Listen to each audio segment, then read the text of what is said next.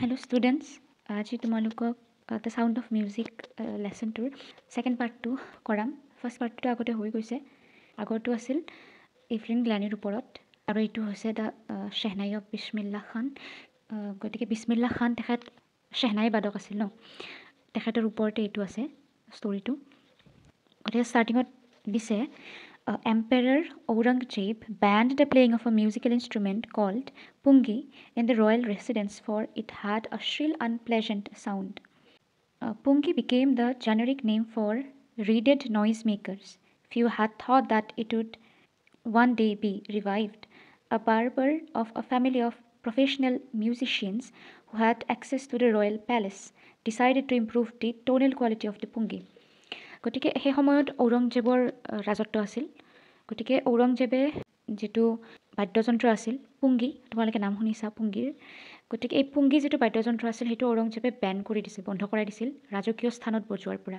মানে পুংগীৰ শব্দটো শুনাত সুমধুৰ নাছিল, ঔৰংজেবে সুমধুৰ পোৱা নাছিল, সেইকাৰণে সেইটো মানে ৰাজকীয় স্থানত বন্ধ কৰাই দিছিল। Pungi became the generic name. Now, what is generic? Generic কি? ইয়াতে আছে a name given to a class or a group as a whole. তো generic name তোমাৰ সেইটোৰ মতলব হৈছে যে এটা কমপ্লিট গোটেই গ্ৰুপ এটাক বা ক্লাছ এটাক যেতিয়া এটা নিৰ্দিষ্ট নাম দিয়া হয়, ঠিক আছে। পুংগীটো মানে এটা বাদ্যযন্ত্ৰ হয়, কিন্তু এই পুংগী নামটো it became the generic name for reeded noisemakers.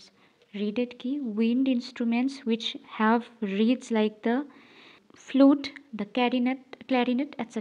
গতিকে এই পুংগী শব্দটো সেইবোৰ বাদ্যযন্ত্ৰৰ কাৰণে এটা জেনেৰিক নাম হৈ গ'ল, এটা নিৰ্দিষ্ট মানে নাম হৈ গ'ল। পুংগী বুলি ক'লে মানুহে সেইকেইটা বাদ্যযন্ত্ৰক বুজা হ'ল যিকেইটা বতাহৰ সহায়ত বজোৱা হয়, যেনে বাঁহীটো বজাওঁতে কি বতাহৰ প্ৰয়োজন হয় ন, বতাহৰ সহায়ত বজোৱা হয়। গতিকে পুংগীটো সেইবোৰ বাদ্যযন্ত্ৰৰ কাৰণে এটা জেনেৰিক নাম হৈ গ'ল। ফিউ হ্যাড থট দ্যাট এই মানে ফিউ মানে নাই বুলিব পাৰি, মানে কোনো মানুহে মানে আশাই কৰা নাছিল যে এই গোটেই বাদ্যযন্ত্ৰবোৰ মানে পুংগী যিটো কোৱা হয় বাঁহী হওক, এই বাদ্যযন্ত্ৰবোৰ যে কেতিয়াবা ঘূৰি আহিব কোনো মানুহে আশাই কৰা নাছিল। বাৰ্বাৰ কি জানা? দাড়ি চুলি কাটি যিজনে বাৰ্বাৰ এজন আছিল তোমাৰ প্ৰফেচনেল মিউজিচিয়ানৰ পৰিয়ালৰ পৰা। প্ৰফেচনেল মিউজিচিয়ান সেইবোৰ যোনে পইচাৰ বিনিময়ত বাদ্যযন্ত্ৰ বজায়, ঠিক আছে। গতিকে সেনেকুৱা এটা পৰিয়ালৰ পৰা বাৰ্বাৰ এজন আছিল who had access to the royal palace. তেওঁ দাড়ি চুলি কাটিছিল, গতিকে তেওঁৰ এক্সেছ আছিল ক'লৈকে? ৰাজকীয় স্থানলৈ, মানে ৰজাঘৰীয়া মানুহৰ মাজত তেওঁ যাব পাৰিছিল। He chose a pipe with a natural hollow stem that was longer and broader than the pungi and made 7 holes on the body of the pipe. তো তেওঁ কি কৰিলে? তেওঁ এডাল দীঘল পাইপ মানে বাছনি কৰিলে, চুজ কৰি তেওঁ সেই পাইপডালৰ কি আছিল? নেচাৰেল হলো ষ্টেম। ভিতৰখন মানে কি একদম খালী আছিল, সেই পাইপডালৰ ভিতৰখন খালী আছিল আৰু দীঘল আছিল বহুত। পাইপডাল বহুত দীঘল আছিল আৰু বহলো আছিল, যথেষ্ট বহল আছিল। শ্বেহনাই যদি তোমালোকে দেখিছা গম পাবা, এনেকৈ শ্বেহনাইটো মানে তেওঁ উলিয়ালে যে পুংগীটো যিমান দীঘল আছিল তাতকৈ বেছি দীঘল আছিল, পুংগীটো যিমান বহল আছিল তাতকৈ বেছি বহল আছিল। And made 7 holds on the body of the pipe. আৰু সেই পাইপডালৰ ওপৰত 7টা ফুটা বনালে, whole. When he played on it, closing and opening some of these holes, soft and melodious sounds were produced. তো তেওঁ এইজনে মানুহ যোনে এই শব্দটো চেঞ্জ কৰিব বিচাৰিছিল, পুংগীৰ যিটো শব্দ, যিটো ৰজাঘৰীয়া মানুহে বেয়া পাইছিল, সেইটো চেঞ্জ কৰিব বিচাৰিছিল। He played the instrument before royalty and everyone was impressed. আৰু যেতিয়া তেওঁ সেই বাদ্যযন্ত্ৰটো বজাবলৈ আৰম্ভ কৰিলে, ৰাজকীয় মানুহখিনি মানে ৰজাঘৰীয়া ঘৰত যিখিনি মানুহ আছিল তাহাঁতে বিৰাট ভাল পালে। The instrument so different from the pungi had to be given a new name. ইনষ্ট্ৰুমেণ্টটো মানে পুংগীৰ পৰা ইমানেই বেলেগ আছিল যে এইটোক এটা বেলেগ নাম দিব লগা হৈ গ'ল। As the story goes, since it was first played in the Shah's chambers and was played by a nai, the instrument was named Shehnai. গতিকে এনেকৈ শ্বেহনাই বাদ্যযন্ত্ৰটো আৱিষ্কাৰ হ'ল। তোমাৰ শ্বেহনাই নামটো কেনেকৈ হ'ল যে শ্বাহ তেওঁলোকৰ যিটো শ্বাহ উপাধি আছিল, শ্বাহৰ চেম্বাৰত এইটো বজোৱা হৈছিল। আৰু কাৰণ এইটো বজাইছিল কোনে? বাৰ্বাৰ এজনে। বাৰ্বাৰক কয় নাই বুলি। সেইকাৰণে এই ইনষ্ট্ৰুমেণ্টটো শ্বাহ আৰু নাই লগ লগাই শ্বেহনাই কৰি দিলে। ঠিক আছে, that is how it was invented. এইটো আছিল পুংগী, এইটো আছিল শ্বেহনাই। পুংগীৰ শব্দটো তোমালোকে চাগে শুনিছাই বহুতবাৰ। চাপেৰাবোৰ যে আহে সাপ লৈ, সাপৰ খেলা দেখায়, তাহাঁতে এই পুংগীটো বজায় আৰু শব্দটো কেনেকুৱা হয়? একদম কৰ্কশ হয় ন, বহুত বেলেগ হয়। আৰু শ্বেহনাইৰ মাতটো তাতকৈ একদম বেলেগ। তাৰপিছত কৈছে the sound of the shehnai began to be considered auspicious and for this reason it is still played in the temples and is an indispensable component of any North Indian wedding. In the past, the Shehnai was part of the Naubat or traditional ensemble of 9 instruments found at royal courts. Till recently, it was used only in temples and weddings. The credit for bringing this instrument onto the classical stage goes to Ustad Bismillah Khan. এতিয়া এই শ্বেহনাইৰ শব্দটো সময় যোৱাৰ লগে লগে শ্বেহনাইৰ শব্দটো মানুহে auspicious বুলি মানিব ল'লে। অস্পিচিয়াছ মানে কি? ইয়াতে দিছে প্ৰমিজিং টু ব্ৰিং গুড ফৰ্চুন, মানে এনেকুৱা এটা বস্তু। অস্পিচিয়াছ বুলি ক'লে এনেকুৱা এটা বস্তু বুজায় যিটোৱে গুড লাক আনে। ঠিক আছে, সেইটো auspicious. And for this reason, আৰু এইটো কাৰণতে শ্বেহনাইটো কি হ'ল? মন্দিৰবোৰত বজোৱা হ'ল। আৰু এইটো এৰিব নোৱাৰা এটা বাদ্যযন্ত্ৰ হৈ গ'ল। বিশেষকৈ উত্তৰ ভাৰতৰ যিবোৰ বিয়া, সেইবোৰত শ্বেহনাইটো এটা এৰিব নোৱাৰা বাদ্যযন্ত্ৰ হৈ গ'ল। আৰু অতীতত আগত শ্বেহনাইটো কি আছিল? ৰাজকীয় ঘৰত তোমাৰ 9টা ইনষ্ট্ৰুমেণ্ট বজোৱা হৈছিল।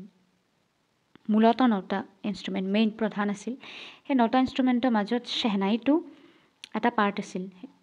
আৰু এই গোটেই গোটেই ক্লাছটোক কয় নবাত বুলি কয়। এতিয়া এইটো মন্দিৰত আৰু বিয়াত বজোৱা হয়। দ্য ক্ৰেডিট ফৰ ব্ৰিংগিং দিছ, এই ইনষ্ট্ৰুমেণ্টটোক ক্লাছিকেল ষ্টেজত, আমি যেতিয়া ক্লাছিকেল ইনষ্ট্ৰুমেণ্ট বুলি কওঁ, হাৰমনিয়াম জানো, তবলা জানো, সেনেকৈ শ্বেহনাইটো এটা ক্লাছিকেল শাস্ত্ৰীয় বাদ্যযন্ত্ৰ হৈ গ'ল। আৰু এই বিশেষ ক্লাছিকেল শাস্ত্ৰীয় ষ্টেজটোলৈ, ক্লাছিকেল ষ্টেজটোলৈ শ্বেহনাইক উঠাই অনাৰ যিটো কাম, সেইটো কৰিছিল উস্তাদ বিছমিল্লা খান। এই ক্ৰেডিটটো তেওঁৰ তাতেই যায়, শ্বেহনাইক ইমান এটা উচ্চ স্থানলৈ উঠোৱাৰ কাৰণে, লৈ যোৱাৰ কাৰণে। As a 5-year-old, Bismillah Khan played Gilli Danda near a pond in the ancient state of Dumrao in Bihar. He would regularly go to the nearby Bihariji temple to sing the Bhojpuri Shaita, at the end of which he would earn a big laddu weighing 1.25 kilogram, a prize given by the local Maharaja. This happened 80 years ago, and the little boy has travelled far to earn the highest civilian award in India, the Bharat Ratna. গতিকে বিছমিল্লা খানৰ যেতিয়া 5 বছৰ বয়স আছিল, as a 5-year-old Bismillah খান 5 বছৰ বয়স থাকোঁতে তেখেতে গিলি দাণ্ডা খেলিছিল। বিহাৰৰ ডুমৰাও নামৰ জেগাটোত এটা পুখুৰীৰ পাৰত তেওঁ গিলি দাণ্ডা খেলিছিল, গিলি দাণ্ডা। আৰু তেওঁ তাত ৰেগুলাৰলি গৈছিল, দৈনিকভাৱে গৈছিল। আৰু কাষতে যিটো বিহাৰজী টেম্পল আছে, বিহাৰজী টেম্পলত তেওঁ গান গাইছিল ডেইলি। কি গাইছিল? ভোজপুৰী চাইতা, ভোজপুৰী গান এটা গাইছিল চাইতা, যিটো গান গোৱা হোৱাৰ পিছত তেওঁ 1.25 কেজি, 1 কেজিতকৈও বেছি জোখৰ ওজনৰ লাড়ু এটা পাইছিল। এই প্ৰাইজটো দিছিল লোকেল মহাৰাজা, যিজন তাহাঁতৰ লোকেল যিজন মহাৰজা আছে সেইজনে দিছিল। দিছ হেপেণ্ড, আৰু এই ঘটনাটো 80 বছৰ আগতে ঘটিছিল। আৰু এই মানুহজনে এনেকুৱা এটা স্থান পাই গৈছে যে তেখেতে এতিয়া হায়েষ্ট চিভিলিয়ান এৱাৰ্ড পাইছে ভাৰতত। চবতকৈ উচ্চ যিটো চিভিলিয়ান এৱাৰ্ড হয় ভাৰতৰ, সেইটো হৈছে দ্য ভাৰত ৰত্ন, তাতে ভাৰত ৰত্ন পাইছিল। Born on 21st March 1916, Bismillah belongs to a well-known family of musicians from Bihar. His grandfather Rasul Baksh Khan was the Shehnai Nawaz of the Bhojpur King's Court. 1916 চনৰ 21 মাৰ্চত তেখেতৰ জন্ম হৈছিল। তেওঁ ক'ৰ পৰা আহে এটা বিহাৰৰ এটা পৰিয়ালৰ পৰা আহে আৰু সেই পৰিয়ালটো গানৰ কাৰণে মিউজিকৰ কাৰণে বাদ্যযন্ত্ৰ বজোৱা হওক বা গান গোৱাই হওক মিউজিচিয়ান বুলি তাহাঁত পৰিচিত তেওঁৰ ককাকৰ নাম ৰছুল বক্স খান আৰু তেওঁ শ্বেহনাই নৱাজ আছিল শ্বেহনাই বজাইছিল ক'ত ভোজপুৰৰ ৰজাৰ কোৰ্টত ৰজা ঘূৰি যদি কোৰ্ট থাকে সেই কোৰ্টত তেখেত শ্বেহনাই নৱাজ আছিল ৰাজকীয় আছিল তাত বজাইছিল হিজ ফাদাৰ পেগম্বৰ বক্স দেউতাকৰ নাম পেগম্বৰ বক্সকে আদি কৰি যিমান দেউতাকৰ ফালৰ যিমান পূৰ্বপুৰুষ আছিল এনচেষ্টৰ পূৰ্বপুৰুষ চবে আগতে শ্বেহনাই বজাইছিল আৰু তেওঁলোক শ্বেহনাই বজোৱাৰ কাৰণে প্ৰসিদ্ধ আছিল The young boy took to music early in life. At the age of 3, when his mother took him to his maternal uncle's house in Banaras, now Varanasi, বহুত কম বয়সতে গান বাজনাৰ প্ৰতি তেখেতৰ ইণ্টাৰেষ্ট আহিছিল উৎকণ্ঠা জাগিছিল এট দি এজ অফ 3 বছৰ বয়সতে মায়েকে তেওঁক মামাকৰ ঘৰত লৈ গৈছিল যিটো বেনাৰসত আছিল বৰ্তমান বাৰাণসী বুলি কয় বেনাৰসত আছিল বিছমিল্লাহ was fascinated watching his uncles practice the Shehnai. Soon Bismillah started accompanying his uncle Ali Baks to the Vishnu temple of Benares where Baks was employed to play the Shehnai. গতিকে মামাকৰ নাম আছিল আলী বাক্স তেওঁৰ ওচৰত মাকে লৈ গৈছিল আৰু তেওঁৰ উৎকণ্ঠাটো বেছিকৈ জাগিছিল যেতিয়া মামাকক প্ৰেক্টিছ কৰা দেখা পাইছিল শ্বেহনাই আৰু অতি সোনকালে বিছমিল্লাই নিজৰ মামাকক লগ দিবলৈ আৰম্ভ কৰিলে কলৈ যায় বিষ্ণু মন্দিৰলৈ যায় বাৰাণসীৰ যিটো বিষ্ণু টেম্পল আৰু মামাকে সেই মন্দিৰত shehnai বজাইছিল Ali Baks would play the Shehnai and Bismillah would sit captivated for hours on end. Slowly he started getting lessons in playing an instrument and would sit practicing throughout the day. For years to come, the temple of Balaji and Mangala Maiya and the banks of Ganga became the young apprentice's favorite haunts where he could practice in solitude. The flowing waters of the Ganga inspired him to improvise and invent ragas that were earlier considered to be beyond the range of the Shehnai.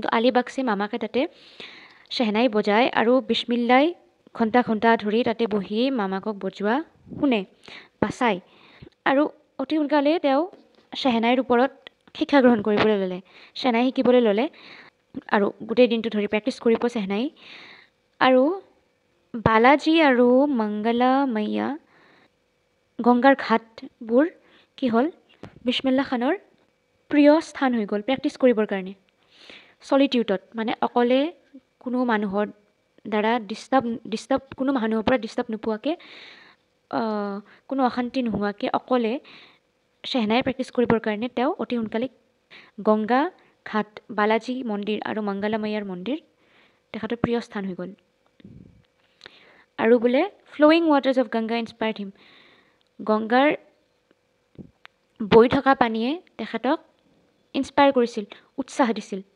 কিহৰ কাৰণে তেখেতৰ এটা বিশেষত্ব আছিল সেইটো হৈছে invent ragas that were earlier considered to be beyond the range of the shehnai তেওঁ এনেকুৱা ৰাগ কিছুমান আৱিষ্কাৰ কৰিছিল যিটো শ্বেহনাই প্ৰত্যেকটো বাদ্যযন্ত্ৰৰ এটা লিমিটেশ্যন থাকে এটা ৰেঞ্জ থাকে সেই ৰেঞ্জৰ বাহিৰত বজাব নোৱাৰে যেনেকৈ মানুহৰ মাতৰ এটা ৰেঞ্জ থাকে তাৰে বাহিৰত গাব নোৱাৰে ঠিক সেনেকৈ শ্বেহনাইৰো ৰেঞ্জৰ বাহিৰত বুলি ধৰা হয় কিছুমান ৰাগ আৰু সেনে ৰাগটো আৱিষ্কাৰ কৰিছিল আৰু ইম্প্ৰুভ কৰিছিল তাৰপিছত at the age of 14 Bismillah accompanied his uncle to the Allahabad music conference হয় তাতে 14 বছৰ বয়সতে বিছমিল্লাই নিজৰ মামাকৰ লগত গৈছিল আৰু ইমান কম বয়সৰ পৰা তেওঁৰ ঘূৰি ফুৰি ভাল অভিজ্ঞতা হৈছিল At the end of his recital, Ustad Fayaz Khan patted the young boy's back and said, "Work hard and you shall make it."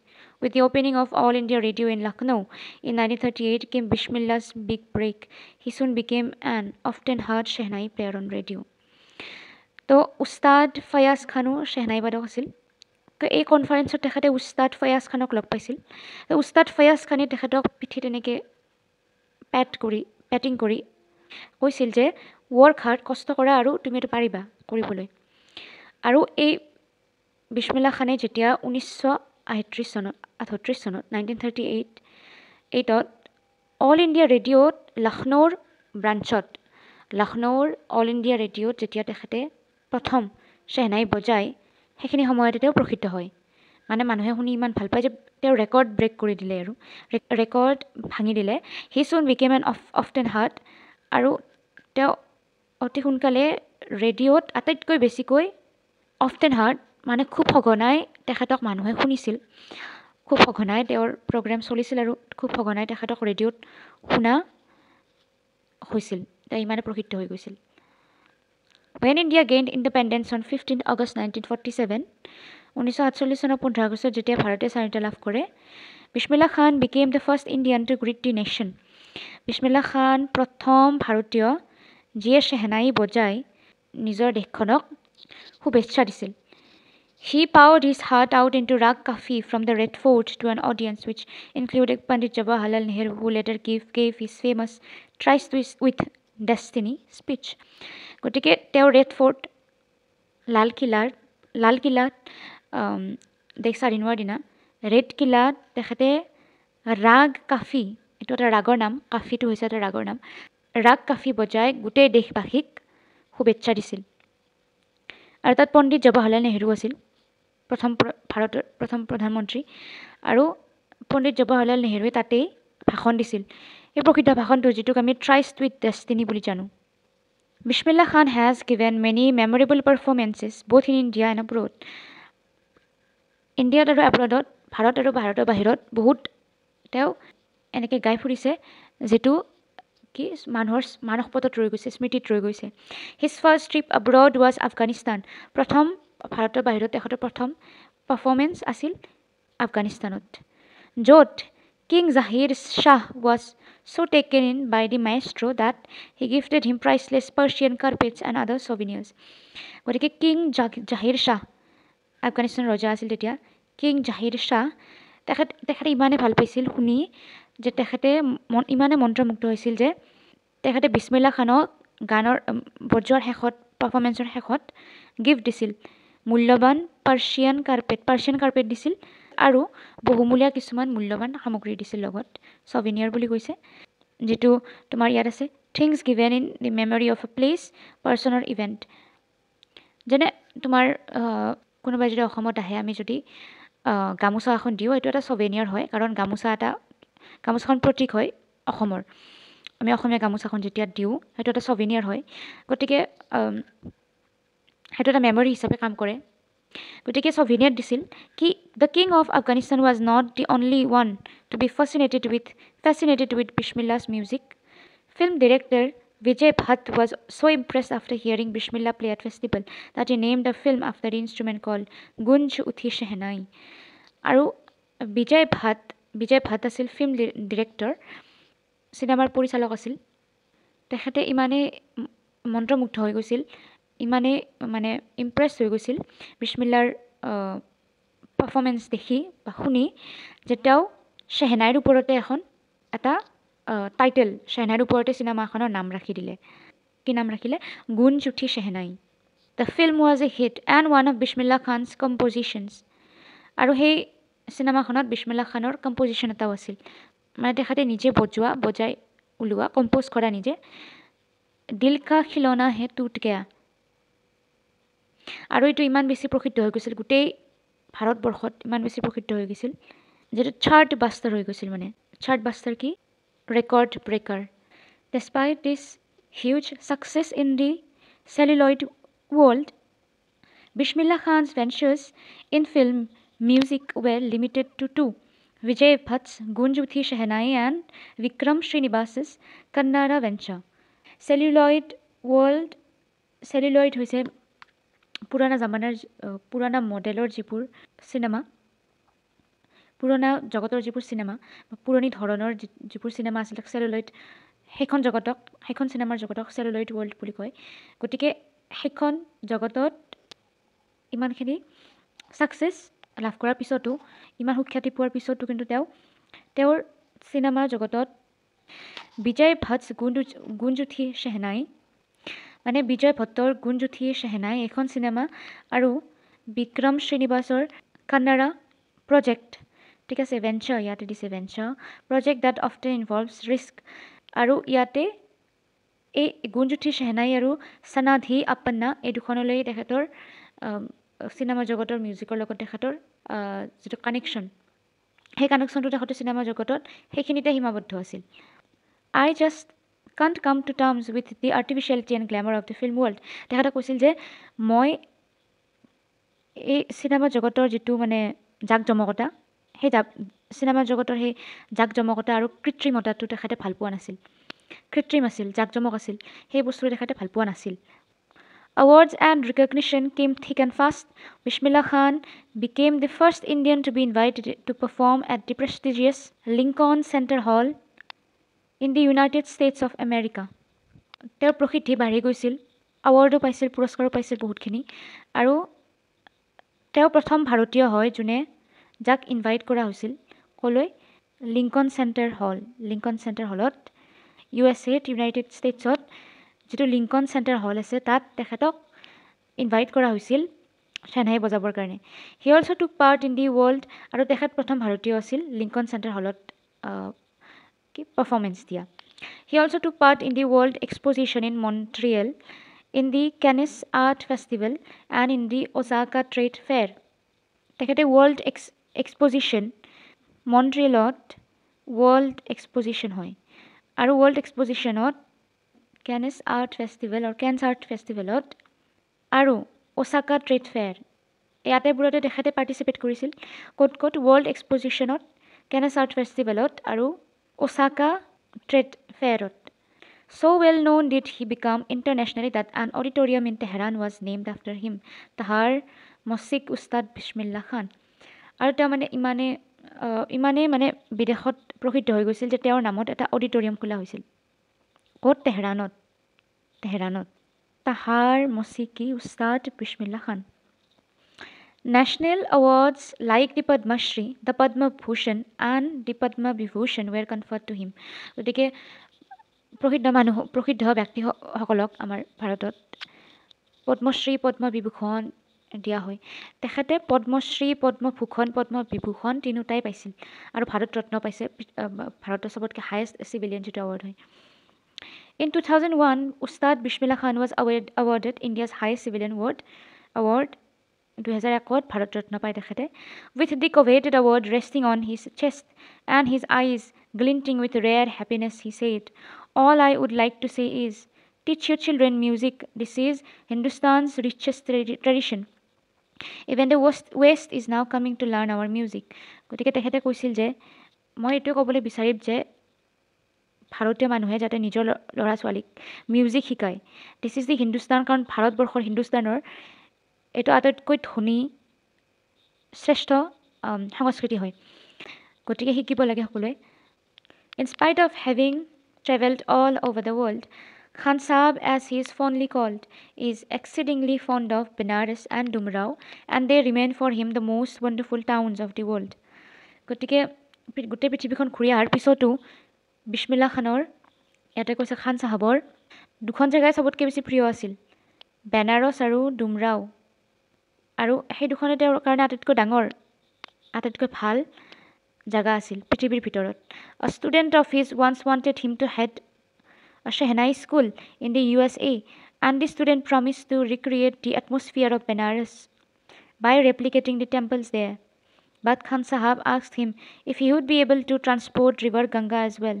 তেখেতৰ ছাত্ৰ এজনে USA থকা ষ্টুডেণ্ট এজনে তেখেতক কৈছিল যে আপুনি USA এখন স্কুল খোলক শ্বেহনাইৰ, লাগিলে মই, তেওঁ প্ৰমিছ কৰিছিল যে লাগিলে মই আপোনাক USA বেনাৰসৰ নিচিনা, আপুনি বেনাৰস ভাল পায়তো, গতিকে বেনাৰসৰ নিচিনা আপোনাক পৰিৱেশ মই তাত পৰিৱেশ এটা সৃষ্টি কৰিম।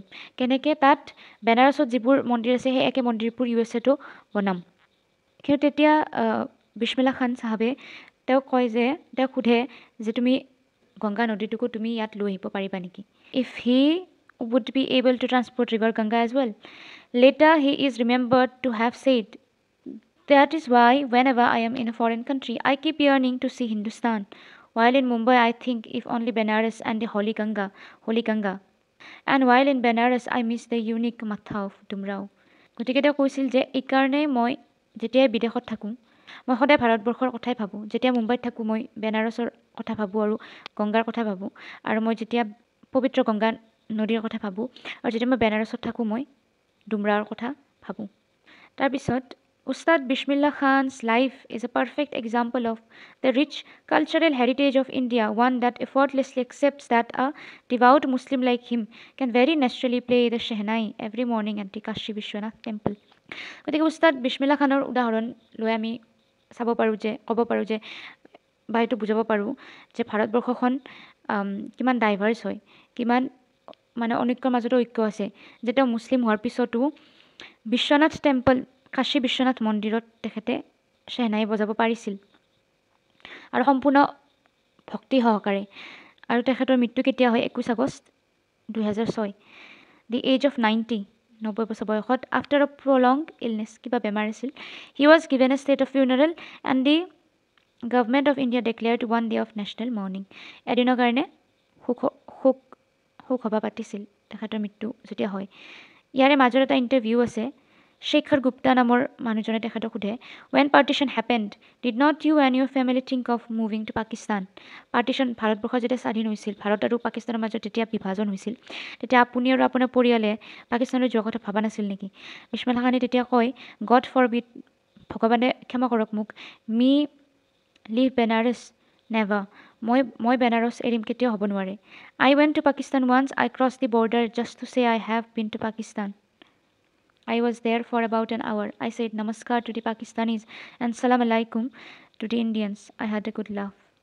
ক'ত কৈছিল এইটো ৰিডাৰ্ছ ডাইজেষ্ট এইটো কি হয় অক্টোবৰ 2005 চনত তেখেতৰ মৃত্যুৰ এক বছৰ আগত এইটো পাব্লিছ হৈছিল ৰিডাৰ্ছ ডাইজেষ্টত তেওঁ কৈছিল যে মই কেতিয়াও বেনাৰস এৰি যাব নোৱাৰোঁ আৰু মই পাকিস্তান গৈছোঁ তেওঁ কৈছে আই ৱেণ্ট টু পাকিস্তান ওৱান্স মই এবাৰে পাকিস্তান গৈছোঁ বৰ্ডাৰ ক্ৰছ কৰিছোঁ আৰু মই পাকিস্তানীক নমস্কাৰ কৰিছোঁ আৰু মাত্ৰ 1 ঘণ্টাৰ কাৰণে আছিলোঁ তাত পাকিস্তানীক মই নমস্কাৰ কৰিছোঁ আৰু ভাৰতক মই সালাম আলাইকুম কৈছোঁ এইবোৰ বস্তু চাবা গতিকে এইটো ইয়াতে শেষ হয় পাৰ্ট 1 আৰু পাৰ্ট 2 চাউণ্ড অফ মিউজিকৰ পাৰ্ট 1 আৰু পাৰ্ট 2 দুটাই শেষ নেক্সট ভিডিঅ'ত ইয়াৰ যিবোৰ প্ৰশ্ন উত্তৰ আছে এইবোৰ চোৱা যাব গতিকে আজিৰ কাৰণে এইটো শেষ